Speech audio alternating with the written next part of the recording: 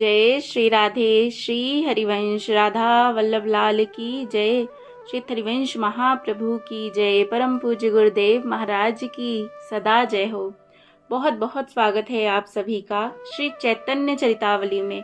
आज हम श्रवण करेंगे सज्जन भाव।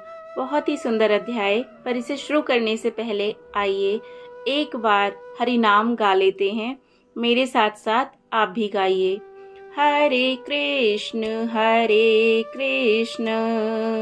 कृष्ण कृष्ण हरे हरे, हरे राम राम राम हरे हरे। हरे कृष्णा। राधे राधे। सज्जन भाव।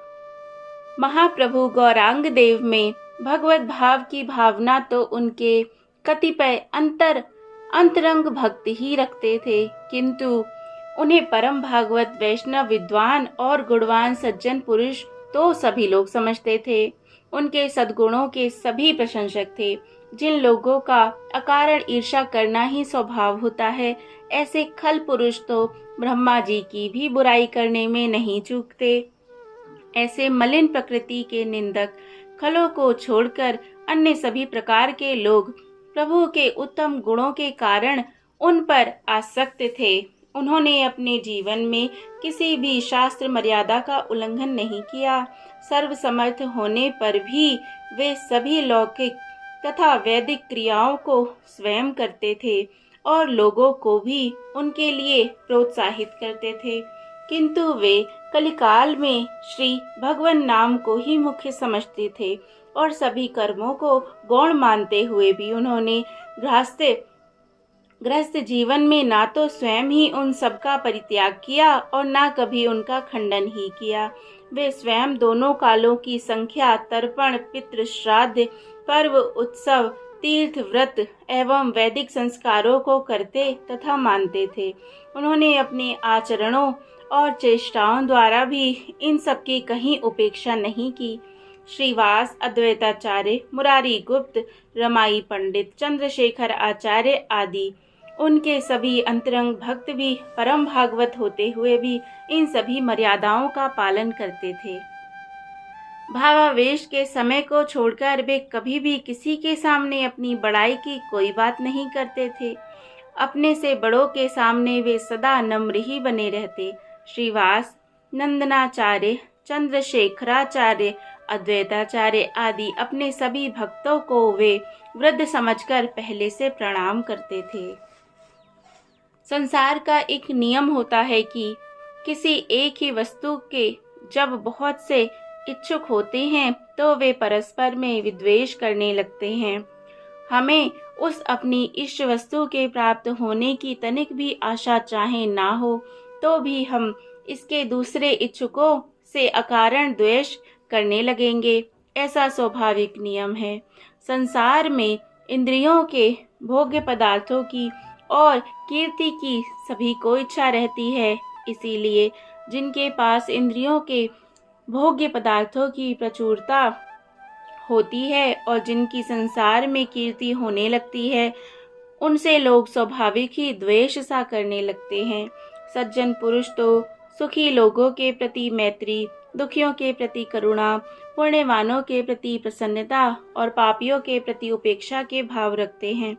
सर्वसाधारण लोग धनिकों और प्रतिष्ठितों के प्रति उदासीन से बने रहते हैं और अधिकांश दुष्ट प्रकृति के लोग तो सदा धनी मानी सज्जनों की निंदा ही करते रहते हैं। जहाँ चार लोगों ने किसी की प्रशंसा की, बस उसी समय उनकी अंदर छिपी हुई ईर्ष्या भगभग करके निकलने लगती है और वे झूठी सच्ची बातों को फैलाकर जनता में उसकी निंदा करना आरंभ कर देते हैं। ऐसे निंदकों के दल से अवतारी पुरुष भी नहीं बचने पाए हैं। गौरांग महाप्रभु की बढ़ती हुई कीर्ति और उनके चारों ओर जनता में फैले हुए यश सौरभ से शुभित होकर निंदक लोग उनकी भांति भांति से निंदा करने लगे। कोई तो उन्हें वाम मार्गी बताता, कोई उन्हें ढोंगी कहकर अपने हृदय की कालिमा को प्रकट करता और कोई कोई तो उन्हें धूर्त और बाजीगर तक कह देता। प्रभु सबकी सुनते और हंस देते। उन्होंने कभी अपने निंदकों की किसी बात का विरोध नहीं किया, उल्टे वे स्वयं निंदकों की प्रशंसा ही करते रहते। उनकी सहनशीलता और विद्वेष करने वालों के प्रति भी करुणा के भावों का पता नीचे की दो घटनाओं से भली भांति हमें पता चलता है। तो यहाँ पर श्रीवास पंडित के घर संकीर्तन सदा किवाड़ बंद करके होता था। साल भर तक सदा इसी तरह संकीर्तन होता रहा। बहुत से विद्वेषी और तमाशबीन देखने वाले और किवाड़ों को बंद देखकर संकीर्तन की निंदा करते हुए लौट जाते। उन्हीं ईर्ष्या रखने वाले विद्वेषियों में गोपाल चापाल नाम का एक शुद्र प्रकृति का ब्राह्मण था। वह प्रभु की बढ़ती हुई कीर्ति से शुभित सा हो उठा। उसने संकीर्तन को बदनाम करने का अपने मन में निश्चय किया। एक दिन रात्रि में वह श्रीवास पंडित के द्वार पर पहुंचा। उस समय द्वार बंद था और भीतर संकीर्तन हो रहा था। चापाल ने द्वार के सामने थोड़ी सी जगह लीप कर वहां चंडी की पूजा की सभी सामग्री रख दी। एक हांडी में लाल पीली काली बिंदी लगाकर उसको सामग्री के समीप रख दिया। एक शराब का पात्र तथा एक पात्र में मांस भी रख दिया। यह सब रखकर वह चला गया। दूसरे दिन जब संकीर्तन करके भक्त निकले तो उन्होंने चंडी पूजन की सभी सामग्री देखी। खलों का भी दल आकर एकत्रित हो गया और एक दूसरे को सुनाकर कहने लगे, हम तो पहले ही जानते थे, ये रात्रि में किवाड़ बंद करके और स्त्रियों को साथ लेकर जोर जोर से तो हरिध्वनि करते हैं और भीतर ही भीतर वाम मार्ग की पद्धति से भैरवी चक्र का पूजन करते हैं। ये सामने काली जी की पूजा की सामग्री प्रत्यक्ष ही देख लो। जो लोग सज्जन थे वे समझ गए कि यह किसी धूर्त का कर्तव्य है। सभी एक स्वर से ऐसा करने वाले धूर्त की निंदा करने लगे। श्रीवास ताली पीट पीट कर हंसने लगे और लोगों से कहने लगे, देखो भाई, हम रात्रि में ऐसी ही चंडी पूजा किया करते हैं। भद्र पुरुषों को आज स्पष्ट ही ज्ञात हो गया। भक्तों ने उन सभी सामान को उठाकर दूर फेंक दिया और उस स्थान को गोमय से लीपकर और गंगा जल छिड़ककर शुद्ध किया। दूसरे ही दिन लोगों ने देखा गोपाल चापाल के संपूर्ण शरीर में गलित कुष्ठ हो गया है। उसके संपूर्ण शरीर में से पीप बहने लगा। इतने पर भी घाव खुजाते थे। खुजली के कारण वह हाय हाय करके सदा चिल्लाता रहता। नगर के लोगों ने उसे मोहल्ले से निकाल दिया क्योंकि कुष्ठ छूत की बीमारी होती है। वह बेचारा गंगा जी के किनारे एक नीम के पेड़ के नीचे पड़ा रहता था। एक दिन प्रभु को देखकर उसने दीन भाव से कहा, प्रभु, मुझसे बड़ा अपराध हो गया है। क्या मेरे इस अपराध को तुम क्षमा नहीं कर सकते? तुम जगत का उद्धार कर रहे हो, इस पापी का भी उद्धार करो। गांव नाते से तुम मेरे भांजे लगते हो। अपने इस दीनहीन मामा के ऊपर तुम कृपा क्यों नहीं करते? मैं बहुत दुखी हूँ प्रभु, मेरा दुख दूर करो। प्रभु ने कहा, कुछ भी हो, मैं अपने अपराधी को तो क्षमा कर सकता हूँ, किंतु तुमने श्रीवास पंडित का अपराध किया है, इसीलिए तुम्हें क्षमा करने की मुझ में सामर्थ्य नहीं। बेचारा चुप हो गया और अपनी नीचता और दुष्टता का फल कुष्ठ के दुख से दुखी होकर वेदना के सहित भोगता रहा। थोड़े दिनों के पश्चात जब प्रभु संन्यास लेकर कुलिया में आए और यह कुष्ठी फिर इनके शरणापन्न हुआ, तब इन्होंने उसे श्रीवास पंडित के पास भेज दिया। श्रीवास पंडित ने कहा, मुझे तो इनसे पहले भी कभी द्वेष नहीं था और अब भी नहीं है। यदि प्रभु इन्हें क्षमा कर दें तो ये अब दुख से मुक्त हो ही गए हैं। देखते ही देखते उसका संपूर्ण शरीर निरोगी हो गया। तो इन्होंने क्या कहा, यदि प्रभु ने इन्हें क्षमा कर दिया तो ये अब दुख से मुक्त हो ही गए हैं। जय हो। इसी प्रकार एक दिन एक और ब्राह्मण संकीर्तन देखने के लिए आया।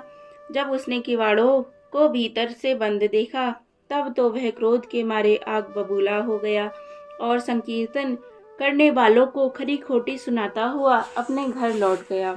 दूसरे दिन गंगा जी के घाट पर जब उसने प्रभु को भक्तों के सहित स्नान करते देखा, तब तो उसने क्रोध में भरकर प्रभु से कहा, तुम्हें अपने कीर्तन का बड़ा अभिमान है। 10-20 भोले भाले लोगों को कठपुतलियों की तरह हाथ के इशारे से नचाते रहते हो। लोग तुम्हारी पूजा करते हैं, इससे तुम्हें बड़ा अहंकार हो गया है। जाओ, मैं तुम्हें शाप देता हूँ कि जिस संसारी सुख के मद में तुम इतने भूले हुए हो, वह तुम्हारा संसारी सुख शीघ्र ही नष्ट हो जाए। ब्राह्मण के ऐसे वाक्यों को सुनकर सभी भक्त आश्चर्य के साथ उस ब्राह्मण के मुख की ओर देखने लगे। कुछ लोगों को बड़ा क्रोध आया। प्रभु ने उन सबको रोकते हुए हंसकर उन ब्राह्मण देवता से कहा, विप्रदेव, आपके चरणों में मैं प्रणाम करता हूँ। आपका शाप मुझे सहर्ष स्वीकार है। कुछ देर के पश्चात ब्राह्मण का क्रोध शांत हो गया। तब उसने अपने वाक्यों पर पश्चाताप प्रकट करते हुए विनीत भाव से कहा, प्रभु, मैंने क्रोध के वशीभूत होकर आपसे ऐसे कुवाक्य कह दिए। आप मेरे अपराध को क्षमा करें। प्रभु ने उसे आश्वासन देते हुए कहा, विप्रवर, आपने मेरा कुछ भी अपकार नहीं किया, न आपने मुझसे कोई कुवाक्य ही कहा। आपने शाप ना देकर यह तो मुझे वरदान ही दिया है। श्री कृष्ण प्राप्ति में संसारी सुख ही तो बंधन के प्रधान कारण है। आपने मुझे उनसे मुक्त होने का जो वरदान प्रदान किया है, इससे मेरा कल्याण ही होगा। आप इसके लिए कुछ भी चिंता ना करें। ऐसा कहकर प्रभु ने उस ब्राह्मण को प्रेम पूर्वक आलिंगन किया और वे भक्तों के सहित अपने स्थान को चले आए। इसी का नाम है विद्वेष करने वालों के प्रति भी शुद्ध भाव रखना। ऐसा व्यवहार महाप्रभु जैसे महापुरुषों के ही द्वारा संभव हो सकता है। महाप्रभु की नम्रता बड़ी ही अलौकिक थी। वे रास्ते में कैसे भी चले, स्त्रियों से कभी दृष्टि नहीं मिलाते थे। बड़े लोगों से सदा दीनता और सम्मान के सहित भाषण करते थे। भावावेश के समय तो वे अपने स्वरूप को ही भूल जाते थे। भावावेश के अतिरिक्त समय में यदि कोई पूजा या चरण वंदन करता तो वे उससे बहुत अधिक असंतुष्ट होते। भावावेश के अनंतर यदि कोई कहता कि हमें आपके दुर्गा रूप में, कृष्ण रूप में, राम रूप में या बलदेव, वामन, नरसिंह के रूप में दर्शन क्यों नहीं हुए थे, तो आप कह देते, तुम सदा उसी रूप का चिंतन करते रहते हो। तुम्हारे इष्ट देव में सभी सामर्थ्य हैं। वह जिसके शरीर में भी चाहें प्रवेश होकर तुम्हें दर्शन दे जाएं। इसमें तुम्हारी भावना ही प्रधान कारण है। तुम्हें अपनी शुद्ध भावना से ही ऐसे रूपों के दर्शन होते हैं। एक बार ये भक्तों के सहित लेटे हुए थे कि एक ब्राह्मणी ने आकर इनके चरणों में अपना मस्तक रखकर इन्हें भक्ति भाव से प्रणाम किया। ब्राह्मणी को अपने चरणों में मस्तक रखते देखकर इन्हें बड़ा दुख हुआ और उसी समय दौड़कर गंगा जी में कूद पड़े। सभी भक्त इन्हें इस प्रकार गंगा जी में कूदते देखकर हाहाकार करने लगे। सची माता छाती पीट पीट कर रुदन करने लगी। उस समय नित्यानंद जी और हरिदास जी भी प्रभु के साथ गंगा जी में कूद पड़े और इन्हें निकालकर किनारे पर लाए।